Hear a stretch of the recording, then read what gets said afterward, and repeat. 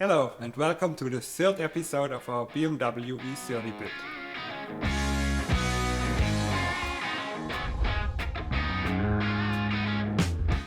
In the previous episode I showed you how to convert a flat piece of sheet metal into a good looking wheel arch.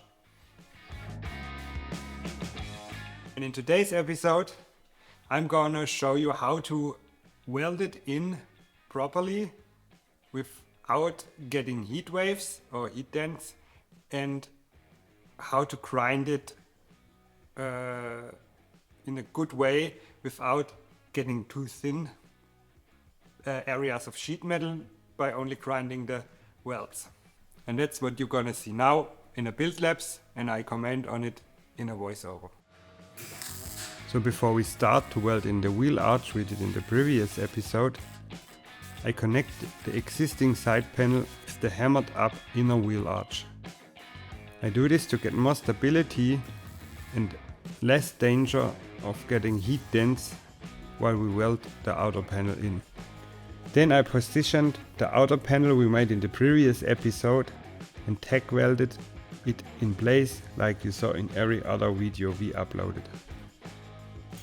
To connect the inner and outer panel on the outside I used my spot welder.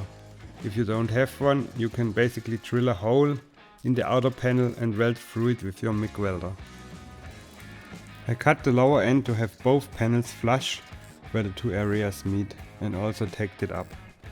Now the next very important thing is to protect the metal from getting heat waves. Do every tack weld as far as you can from the existing one. And also start from the middle out. So don't ever do tack weld on tack weld, you will definitely get massive heat dents when you are all the way through. The next step is I folded the outer bend all the way around to get a nice thin edge. I do this in between the welding to give the metal some time to cool down. Hold your hand anvil to the outer surface and hammer the edge around. If you don't have a hand anvil, use a second hammer, but make sure there is always sheet metal in between the two hammers. Never ever smash one hammer onto the next one. A hammer is made of highly hardened steel, what means it's very brittle. I almost lost my right thumb because of a piece of hammer clipped off and snapped as sharp as a knife and cut all the way through my thumb and got stuck in my bone. So the best way is to get yourself some hand anvils and use those instead of two hammers. So now that the edge is wrapped all the way up, it's time to test the fitment. We checked the traveling arm of the suspension all the way up to block, and that's the point where we wanted to have the perfect fitment. So just a piece of paper distance between the wheel and the new wheel arch. Because we wanted the car to roll on zero pressure in the airbags later. So now we made sure that everything fits the way we wanted it to be. It's time to continue the welding. The brake was big enough to let the metal cool down. First I cleaned all the welds with the wire brush, because a clean surface will make a better melted spot weld without using more heat. Now I move on in the same way than before, always in between the previous welds, but now I turn down the weld power to get a little less heat in.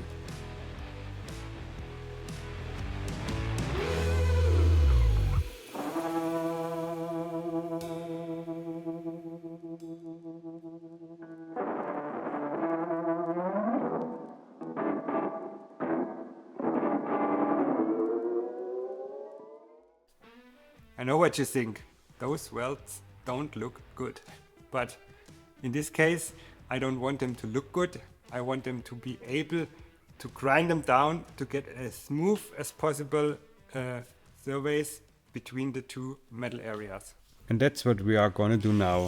First I took a used grinding disc. I basically just grinded off the top of the welds I don't want to ever touch the sheet metal area. It is easy at this first stage when you can clearly see the difference between the weld and the sheet metal.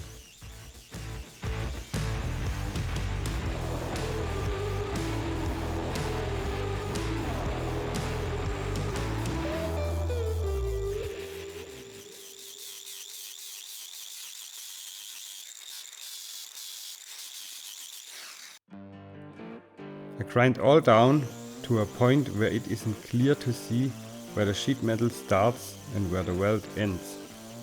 That's the point where you will need a sharp grinding disc. So I mounted a new one.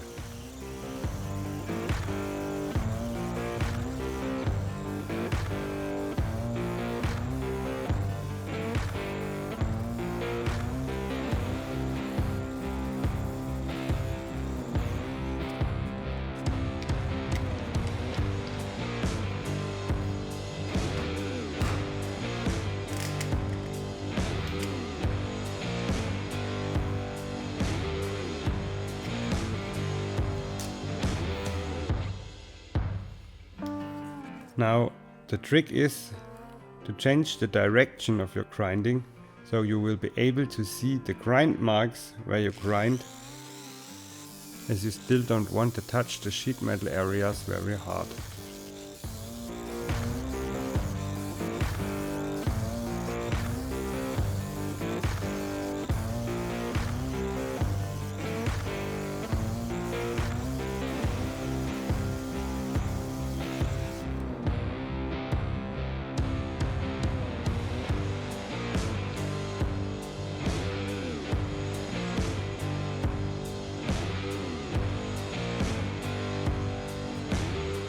So what I do next is I change to sandpaper discs.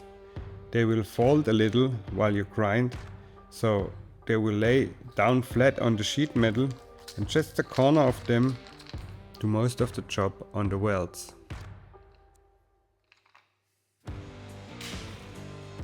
It is even more important to have a sharp edge than on the previous grinding discs.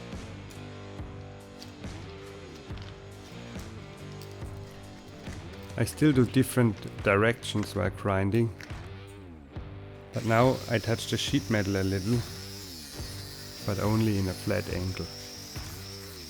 So like I said, you will always need a sharp edge on your grinding disc. I do this simply by holding another angle grinder, spinning different direction to my angle grinder I want to sharp the edge, and simply hold them together. I don't know if this is the proper way to do it, but it definitely works. Since I don't have an angle grinder with adjustable speed, I simply turn it on and off and let it spin without full power to get a less aggressive machine. That's how I can catch the last high spots.